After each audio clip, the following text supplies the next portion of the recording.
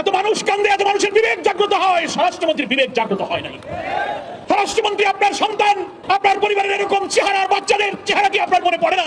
সকাল থেকে এই পর্যন্ত যা দেখলেন, আপনার বিবেক কি কাঁদেনি? আপনি কি মায়ের কাছে, বাপের কাছে গিয়ে ক্ষমা চাইতে পারেন না?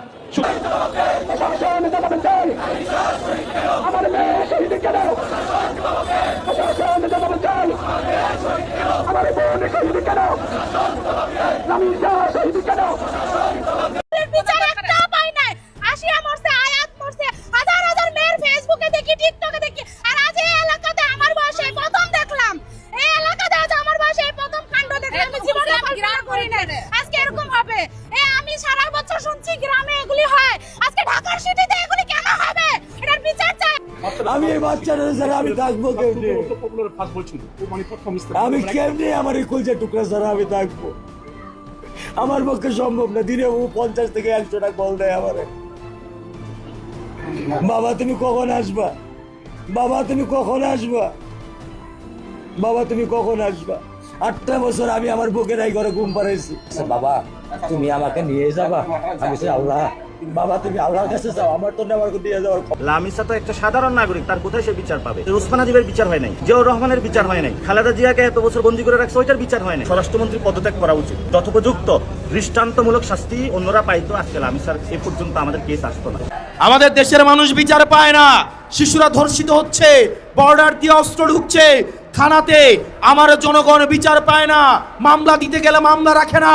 আর স্বরাষ্ট্রমন্ত্রী সংসদে দাঁড়িয়ে উনি বাংলাদেশের মানুষকে প্রতারণার সংবিধান শিখায়।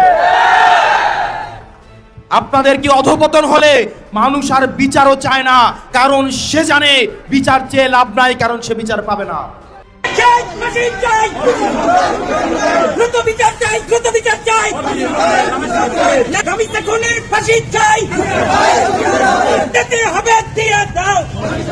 আমাদের বক্তব্য পরিষ্কার, বিচারের নামে কোন দীর্ঘসূত্রিতা করা হলে নগরবাসীকে নিয়ে আমরা তীব্র প্রতিরোধ গড়ে তুলব। কোন কালক্ষেপণ চাই না, আমরা কোন মূলা জ্বলানোর সংস্কৃতি চাই না। একটি নরকের নাম এখন বাংলাদেশ। একটা নরকের ভিতরে বসবাস করছে বাংলাদেশের 20 কোটি মানুষ। রামিসা নামক 8 বছরের এক শিশু বাচ্চাকে পল্লবীতে দর্শন করে গলা কেটে হত্যা করেছে এক নরপশু। এই নিউজগুলা সকাল বিকাল প্রতিদিন আপনারা পাচ্ছেন। এই নরপশুদের বিচার শাস্তি আমরা স্বল্প সময়ের মধ্যে কাউকে দেখতে পাচ্ছি না, যার কারণে। আসসালামু আলাইকুম দর্শক, নতুন একটা নিউজে সবাইকে স্বাগতম। দর্শক আজকের ভিডিওটি কতটুকু গুরুত্বপূর্ণ এবং আকর্ষণীয় হতে চলেছে সেটা হয়তো ভিডিওর শুরুতে দেখেই অলরেডি আপনারা বুঝতে পেরেছেন। দর্শক টান টান উত্তেজনা আজকের এই ভিডিওটি সবার সম্পূর্ণ দেখতে হবে, মনোযোগ সহকারে শুনতে হবে।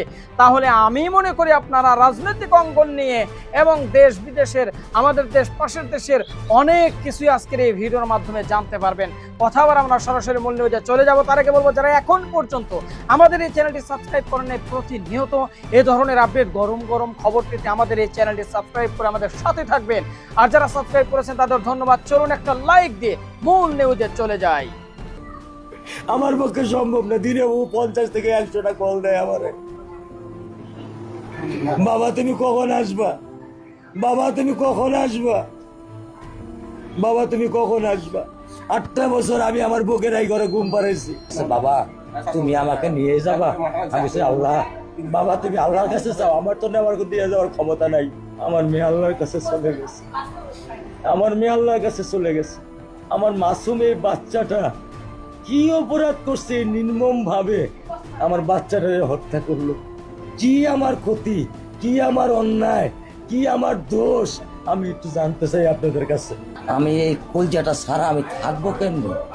আমার এই বাচ্চাটা আমি ঘরে ঢোকার আগে ফ্রিজের মধ্যে আমার জন্য শরবত বানায় রাখা। আমার বড় মেয়ে না, আমার ছোট মেয়ে, 8 বছরের মেয়ে। আসসালামু আলাইকুম।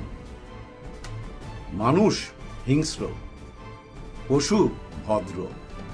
হ্যাঁ, পশু ভদ্র, মানুষ হিংস্র।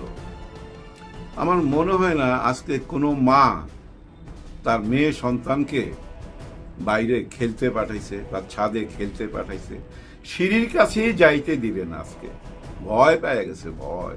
প্রত্যেকটা ঘরে ঘরে একই আলোচনা, লামিসা লামিসা লামিসা। আর কি মিষ্টি মুখ, কি কিন্তু ওই মুখটা দেহের সাথে ছিল না, আলাদা বাথরুমে নিয়ে বালতিতে রাইখা দিয়েছিল। কত বড় পাষণ্ড! ওহ, ভাবা যায়। আসলে হয়েছে কি জানেন, পুরা দেশে মাদকের ছায়া গেছে, নেশা পানি কইরা অস্থির। কোন মানুষ সুস্থ মস্তিষ্কে, একটা 7 বছরের মেয়ে, 7 থেকে 8 বছর, ক্লাস 2-তে পড়ে, এই বছরই উঠছে ক্লাস 2-তে, বড় বোনের সঙ্গে স্কুলে যাবে, বড় বোন খুঁজতেছে, পাচ্ছে না। তারপরে তার মা খুঁজতে খুঁজতে যায়, দেখে তার একটা জুতা পার্শ্ববর্তী বাসার একটা ঘরের সামনে, দরজা টোকা, খোলে না, বাইরে দিয়া তালা নাই, ভিতরে কেউ আছে। তার মানে সন্দেহ হয়েছে মায়ের। সঙ্গে সঙ্গে চিৎকার, আশেপাশের লোক আসলো, পুলিশ আসলো। ওর মধ্যে সেই আসামি জানলা কাইটা বাইরে হয়ে চলে গেছে, ধরা পড়ছে। আইনের কাছে যায়, সে বলছে সবকিছু স্বীকার গেছে, কি কি করছে সবকিছু সে নিজে খুইলা বলছে। কি জুলুমটা মেয়েটার উপরে করছে, ওই শিশুটার উপরে কি জুলুমটা করছে, টোটালটা সে ম্যাজিস্ট্রেটের কাছে খুইলা বলছে। স্বীকারোক্তি তো দিয়েই দিল। তারপরে এখন দেখবেন এই মামলা চলতে থাকবে। কেউ এ মামলার হদিশ খুঁজা পাবেন না। দেখেন, রামিসার বাবা বলে আমি বিচার চাই না। কেন বলে? কারণ কি? ও দেখতেছে তো এই দেশে কোনো বিচার হচ্ছে না। গত 24 ঘন্টায় 3টা শিশু ভাই নির্যাতন হয়েছে, এর মধ্যে একজনকে হত্যা করা হয়েছে, যার আসামি ধরা পড়ছে। আসামি বলতেছে যে আমি খুন করছি, আমি হত্যা করছি, আমি জুলুম করছি। তারপরও তাকে এখন ওই জেলখানায় নিয়ে সরকারি টাকায় ভাত খাওয়াইতে হবে, রুটি খাওয়াইতে হবে। এই মামলা চলতে থাকবে। আপনাদের মনে আছে এই অন্তর্বর্তীকালীন সরকার যখন ছিল, ওইখানে একজন আইনমন্ত্রী ছিল। উনি একবার একটা মামলার ব্যাপারে কি বলছিল, এই আইনমন্ত্রী ভাই আসিফ নজরুল ইসলাম দেখতে কিন্তু অনেকটা ভাই বেচারা, বেচারা যা গাল গপ্প মারতো একটা টাইমে। উনি যদি কোনোদিন সরকারে যাইতে পারে তাহলে এই দেশের জন্য কিছু কইরা দেখাবে। এই লোকটা কি বলছিল মনে আছে আপনাদের? 3 মাসের মধ্যে বিচার করব। কার বিচার? ওই যে একটা শ্বশুর হারামজাদা, তার ছেলের বউর ছোট্ট বোনটা, 11 বছরের বোনটা আসিয়া, খুব সম্ভবত আসিয়া নাম, ওই মেয়েটাকে কিভাবে নির্যাতন করছিল, তার নিম্ন অঙ্গে ব্লেড ব্যবহার করছিল, মনে আছে আপনাদের? তখন এই আসিফ নজরুল আইসা বলছিল 3 মাসের মধ্যে বিচার করবে। ওই বিচার হয় নাই বইলেই তো আজকে এই অবস্থা। কোনো বিচার হইতে দেখছেন? কি দেখছেন? ওই শাহবাগে যায়া কিছু সুশীল প্রতিবাদ করতে দেখছেন। প্রতিবাদ তো দেখে আসতেছি, জন্মের পর থেকেই প্রতিবাদ দেখে আসতেছি। বিচার তো দেখি না। একে কেন লালন পালন করতে হবে সরকারি টাকায়? আমরা গরিবের ট্যাক্স দিয়া একে কেন বাঁচায় রাখতে হবে? একে তো ভাই ওই শাহবাগে নিয়ে যাইতে হবে এবং সারা দেশের সমস্ত মিডিয়ার সামনে ওপেন তাকে ওপেন তাকে এই পৃথিবী থেকে বিদায় করতে হবে এবং বিদায় আগে একটু কইরা নিতে হবে তার অঙ্গ থেকে, একটু কইরা নিয়ে আস্তে আস্তে ধীরে ধীরে তাকে সবাই সামনে অন ক্যামেরা এই পৃথিবী থেকে বিদায় করতে হবে। এরকম দৃশ্য দেখায় দেন, দেখবেন কেউ আর সাহস পাবে না, ভয় ঢুকা যাবে। আসিফ নজরুল সেদিন যদি ওই বিচারটা কইরা ফেলতে পারতো, ওইখানে কি না করতো ডক্টর ইউনূস যে না এই বিচারটা কইরো না? 3 মাসের মধ্যে যদি ওই বিচারটা করতে পারতো না, আজকে এই বাবা বলতো না যে আমি বিচার চাই না। কারণ তোমরা 15 দিন পরই ভইলা যাইবা, এই বিচার হবে না কোনোদিন। নতুন আরেকটা ঘটনা আসবে, সেইটা নিয়ে তোমরা আলোচনা করবা। আমার মেয়ের কথা তোমরা কেউ মনে রাখবা না। আরে আমার 7 বছর, আমি 7 বছর তারে বুকে নিয়ে ঘুমাইছি, এখন আমি কিভাবে ঘুমাবো বলে কাঁদতেছে, চিৎকার করতেছে। কিন্তু সরকার কোথায়? সরকার বলতে আমি মনে করি স্বরাষ্ট্রমন্ত্রী সাহেব আপনি কোথায়? আপনি নীরব কেন? আপনার তো উচিত ছিল ওই বাবার কাছে চলে যাওয়া, ওই বাবাকে বলা আমরা বিচার করব এবং এই বিচার কইরা দেখাইতেছি 7 দিনে না হলে 3 মাসের মধ্যে। আপনারা সবাই মিলে একটা আইন পাস করেন না, ইমার্জেন্সি ডাকেন সংসদের সবাইকে, সবাই মিলে আইন পাস করলেই তো হয় যে আমরা 90 দিনের মধ্যে এই বিচার কার্য শেষ করব এবং এই বিচারের রায় হবে ওই শাহবাগে ওপেন। শুধু ওপেন বিচার করতে হবে। আপনারা আইন পাশ করে নিলেই তো হয়। হয়তো আপনারা এটাও বলতে পারেন যে ভাই আমরা ঘরে ঘরে যাই কি পাহারা দিমু? ওই যে সাগর রুমি হত্যা মামলার সময় কি বলছিল শেখ হাসিনা যে আমরা কি ঘরে ঘরে যাই পাহারা দিমু? ঠিক এই কথা আপনারা কি বলবেন? নিশ্চয়ই কথা বলা উচিত হবে না। এই ধরনের কথা না বইলা আপনারা অ্যাক্টিভ হন। ওই যে আপনি বলছিলেন মাদক নিয়ে জিরো টলারেন্স, আর মাদক মাইনা নেওয়া হবে না। এরপরে কি মাদক থামছে? এই যে অমানুষটা এই নৃশংস কাজটা কিভাবে করতে পারছে? সুস্থ মস্তিষ্কে? না, একদমই না। মাদকের এফেক্ট, মাদক ছায়া গেছে তো। ওই যে মিরপুর মাজারে দেখেন না কি হইতাছে, ওই মাদক নিয়ে ওপেন বৃহস্পতিবারে ওইখানে আশেপাশে দেখবেন ওপেন মাদক বিক্রি হইতাছে। আশেপাশে যে হোটেলগুলোর মধ্যে এখান থেকে মেয়ে মানুষ পাওয়া যায়, হ্যাঁ এখানে সব মেয়েরা ঘোরাফেরা করে, ওই যে ভ্রাম্যমান তারা ওদের কি নিয়ে হোটেলগুলোতে চলে যাইতাছে, সারা রাত তাণ্ডব চলতেছে। কেন? আইন কানুন নাই? নিশ্চয়ই আছে। তাহলে কেন ঝাড়ু দিয়া পরিষ্কার করতে পারতেছেন না? অথচ আপনারা পরিষ্কার করতে গেছেন কোথায়? মিরপুরে গরিবের বস্তি ভাঙতে গেছেন আজকে আপনারা। তাতে কি দাঁড়াইলো খেয়াল করছেন আপনারা? গরিবের বস্তি ভাঙতে যায় আপনাদেরকে দৌড়াইতে হইলো। হ্যাঁ, কিভাবে যে দৌড়াইতেছেন একটু দেখাই আপনাদেরকে। দেখেন, সবসময় তো দেখছেন চোরের পিছনে পুলিশকে দৌড়াইতে, এখন দেখেন চোর দৌড়াইতেছে পুলিশকে। কিভাবে পুলিশ তার জীবন নিয়ে ভাবতেছে। কারণ কি? কারণ ওই একটাই, ওনারা গেছিল ওইখানে বস্তি ভাঙতে। ভাই, গরিবের ঘর বাড়ি ভাঙ্গা দিবেন হঠাৎ করে, ওরা থাকবে কোথায়? যার জন্য ওরাও ভাই লাঠি সোটা নিয়ে নাইমা রাস্তার মধ্যে নাইমা গেছে এবং পুলিশকে দৌড়ানি দিছে। আর পুলিশ দেখেন তার জীবন নিয়ে ভাবতেছে। এখানে মেয়ে পুলিশও আছে। কি একটা ভয়াবহ অবস্থা। এই দৌড়টা কি সম্মানজনক পুলিশের জন্য বা আমাদের স্বরাষ্ট্রমন্ত্রীর জন্য কোনো সম্মানজনক বার্তা নিয়ে আসে আমাদের কাছে? নিশ্চয়ই না। এই মুহূর্তে ওই গরিবের ঘর বাড়ি ভাঙ্গা দেওয়ার কেন পরিকল্পনা করলেন? কারা এইসব বুদ্ধি দিতেছে? নির্বাচনের আগে আপনারাই তো এই যে করাইল বস্তিতে গেছেন, বিভিন্ন বস্তিতে গেছেন, কি কথা দিয়ে আসছিলেন যে আপনাদের ছেলে মেয়েরাও পড়বে। ওই যে ধনীদের বাসার দিকে আঙ্গুল তুলে বলছিলেন বিল্ডিং গুলা দেখায়া, এইসব বিল্ডিং এর ছেলে মেয়েরা যেখানে লেখাপড়া করে আপনাদের ছেলে মেয়েরা সেখানে লেখাপড়া করবে। বলেন নাই? আরো কি বলছেন? আপনাদেরকে বিল্ডিং করে দেওয়া হবে, ছোট ছোট ঘর করে দেওয়া হবে, আপনারাও ফ্ল্যাটের মধ্যে থাকবেন।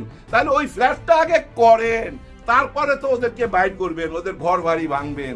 এখন যদি ওদের ঘর বাড়ি ভাঙ্গা দেন, কোথায় থাকবে? কোথায় যাবে? মা বোন নিয়া, সন্তান নিয়া, এর মধ্যে চারিদিকে হাম, অসুখ বিসুখ, অশান্তি। নিজের সন্তানকে, মেয়ে সন্তানকে ঘরের ভিতরেই তো নিরাপদ রাখতে পারতেছে না। ঘর ভাঙ্গা দিলে নিরাপদে থাকবে, এটা কি বিশ্বাস করতে বলেন? নিশ্চয়ই না। মেয়েরা কোথাও নিরাপদ না ভাই এই মুহূর্তে, এইটাই তো বোঝা যাচ্ছে। এর মধ্যে যদি ঘর ভাঙ্গা দেন গরিবের, তাইলে কি হইলো? নির্বাচনের আগে যেসব কথাগুলা দিছেন সেগুলাই পালন করেন, নতুন কথা কিছু বলার দরকার নাই তো। কেন আপনারা বুঝতে পারতেছেন না? এই যে পুলিশ ভাইরা দৌড়াইতেছে, এটা কি ভালো দেখাইতেছে? নিশ্চয়ই না। মানুষের কাছে হাসির পাত্র হয়ে যেতেছে। এভাবে আইন শৃঙ্খলা, নিয়ম কানুন সব ভাঙ্গা পড়লে তাহলে তো দেশ চালানো মুশকিল হয়ে যাবে। আরো কি মুশকিল হবে জানেন? আমাদের পরবর্তী জেনারেশন, এই জেনারেশনের ঠিক মতো মানসিক বিকাশ হবে না। কারণ কি জানেন? সন্তানকে তো বাইরে ছাড়তে পারতেছে না, মাঠে খেলতে দিতে পারতেছে না, ছাদে যে খেলতে দিবে সেটাও ভয় পাইতেছে, ঘরের মধ্যে আটকায় রাখতে হবে ওই মোবাইল একটা দিয়া। এতে মানসিক বিকাশ হবে না, প্রতিবন্ধী হচ্ছে। আগামী জেনারেশন প্রতিবন্ধী হয়ে যাবে। তো বুঝেন না কেন? মানুষ আইনকে ভয় পাবে না, এটা কোনো কথা? ভাই ব্রাদার, ছোট্ট করে বুঝাই, এই ক্যান্টনমেন্টের ভিতরে আপনারা কখনো গেছেন কি? যাইলে দেখবেন ওইখানে কেউ জোরে গাড়ি চালায় না, কেউ পানের পিক ফেলে না, কেউ হঠাৎ করে রাস্তা ক্রস করে না, সবাই জেব্রা ক্রসিং ইউজ করে। কারণ আইন ওইখানে ভীষণ ভাবে টাইট। এই যে দেখেন AI ক্যামেরা বসাইছে, এখন দেখেন সবাই কিন্তু ওই লাল বাতি দেখলে দাঁড়ায়া যায়, জেব্রা ক্রসিং এর আগেই দাঁড়ায়া যায় মামলার ভয়ে। তার মানে আইন টাইট দিছে। তেমনি ভাবে আইন টাইট দিতে হবে, ব্যবসা বন্ধ করতে হবে। আইন ব্যবসা চলে ভাই, ব্যবসা না চললে ওই যে হারামজাদা শ্বশুর 11 বছর মেয়েটাকে যা করলো তার ফাঁসি হইল না কেন? আমার তো মনে হয় 1 বছর হয়ে গেল, তার বিচার হইল না কেন? তার মানে কি জানেন? ওই বিচার মামলা নিয়ে ওইখানে বাণিজ্য চলে। এই পশুগুলার পাশে অনেকেই কালো কোট পইরা এসে দাঁড়ায়া যায় তাদেরকে বাঁচাইবার জন্য। এরা তখন বাঁচার জন্য জমি বাড়ি সবকিছু বেচা মামলা চালাইতে থাকে। আমি একবার শুনছিলাম একজন উকিলের মুখে, উনি বলতেছিল কি ভয়াবহ কথা শুনেন।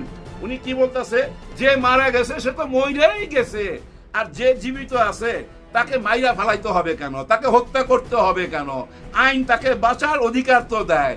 এরকম যুক্তি দিতেছিল। চিন্তা করছেন কি ভয়াবহ কথা। জুলুমকারী নিজে বলতেছে আমি জুলুম করছি। আমার তো মনে হয় 36 ঘন্টার মধ্যে শাহবাগে আইনা ওর বিচার কার্যকর সবাই সামনে দেখানো উচিত। একজন মেয়ের বাপ হিসাবে আমি এই দাবি রেখে গেলাম আপনাদের কাছে। যাওয়ার আগে ছোট্ট দুটা কথা বলা যায়। যে বাবা বলতেছে আমি বিচার চাই না, বিচার চাই না, সেই বাবার কাছে যদি আমাদের মাননীয় প্রধানমন্ত্রী যায় কথা দিত তাকে বুকে জড়ায়া যে আর বিচার পাবেন না মানে আমি বিচার করুম, আর সেইটা যদি বাস্তবায়ন করতে পারে বর্তমান সরকার, সবাই ভালোবাসা পাবে না? নিশ্চয়ই সবাই ভালোবাসা পাবে। ভালোবাসার জবাব ভালোবাসা, আর ঘৃণার জবাব। আমার স্যান্ডেলটা দেখেন 3 বছর পুরাতন ছেঁড়া, কিন্তু আমি আমার স্যান্ডেলটা পাল্টাই না, সেলাই করে নেই, কিন্তু আমার বাচ্চাদেরকে আমি কষ্ট পেতে দেই না। শুধু একবার বলছে বাবা লেচে খাবো, আমি 1 মিনিটও দেরি করিনি। ও আমার একটা হৃৎপিণ্ড, সেটাই আল্লাহ নিয়ে গেছে। আলহামদুলিল্লাহ, শুকরিয়া, আল্লাহ দিছে, আল্লাহ নিয়ে গেছে। আমার কোনো কষ্ট নেই। আমি তো চাইলে পারতাম না, অনেক দম্পতি আছে যাদের সন্তান নেই, আল্লাহ দিছে, আল্লাহ নিয়ে গেছে। আমি আলহামদুলিল্লাহ করি আল্লাহ গেছে। আমার কোনো কষ্ট নেই, আমার কোনো কষ্ট নেই। ঠিক আছে না, দেশের বিচার ব্যবস্থা কতটুকু অবনতি হলে, বিচার ব্যবস্থা না থাকলে একটা সন্তানকে মেরে ফেলার পরেও বাবা বিচার চায় না গভর্নমেন্টের কাছে, সরকারের কাছে। কতটুকু আক্ষেপের সঙ্গে তিনি এই কথাগুলো বলছেন। ছোট্ট মেয়ে রামিসা 2য় শ্রেণীতে পড়ে, সেই মেয়েটিকে কিভাবে ধর্ষণ করা হলো। সেই ধর্ষণের পরে সেই মেয়েটাকে স্বামী এবং স্ত্রী মিলে সেই মেয়েটাকে তারা যে অবস্থা করেছে, সেই মেয়েটাকে তারা গুম করার চেষ্টা করেছে, কিন্তু গুম করতে পারে নাই। কিন্তু এই যে নৃশংস হত্যাকাণ্ড ঘটালো এরা, এদের কি শাস্তি হবে না? বাংলাদেশের গভর্নমেন্ট কি এদেরকে বিচার করতে পারবে না? বাংলাদেশের প্রচলিত আইন কি এদের বিচার হবে না? অবশ্যই করতে হবে। এটা এই দেশের গভর্নমেন্ট, এই দেশের সরকারকে অবশ্যই এই বিচারটি অবশ্যই করতে হবে। বাংলাদেশের সরকার এই মুহূর্তে যে সরকারটি পরিচালিত হচ্ছে, সেই সরকার বিচারের আওতাধীন তাদেরকে নিয়ে আসতে হবে। এটা না হলে, এটা যদি না করা হয়, তাহলে মানুষজন আর এই দেশের এই সরকারের প্রতি আস্থা রাখবে না। মানুষজন এই সরকারকে ধিক্কার জানাবে। অবশ্যই এই মেয়ের বিচারটি, যারা এই কাণ্ডটি ঘটিয়েছে তাদেরকে অবশ্যই জনসম্মুখে এনে তাদেরকে ফাঁসির কাস্টডিতে ঝুলাতে হবে, ফাঁসিতে ঝুলিয়ে তাদের মৃত্যুদণ্ড কার্যকর করতে হবে। তা না হলে এইরকম ঘটনার পুনরাবৃত্তি ঘটতেই থাকবে। আশা করি পুরো ভিডিওটি আপনারা দেখেছেন। এবার অবশ্যই আপনাদের মূল্যবান মতামতটা জানিয়ে দিন। পুরো ভিডিওটি দেখে আপনারা কি জানলেন বুঝলেন, অবশ্যই আপনাদের মূল্যবান মতামত ভিডিওর কমেন্ট বক্সে জানিয়ে দিন। আর হ্যাঁ, পারলে ভিডিওটি শেয়ার করে আপনার বন্ধু বান্ধবকে দেখার সুযোগ করে দিন। পরবর্তী ভিডিও পেতে অবশ্যই আমাদের এই চ্যানেলটি সাবস্ক্রাইব করে পাশে থাকা বেল বাটনটি চেপে দিবেন। ভালো থাকবেন, দেখা হবে নতুন কোনো ভিডিওতে। আজকের মতো এখানেই বিদায় নিচ্ছি। আল্লাহ হাফেজ।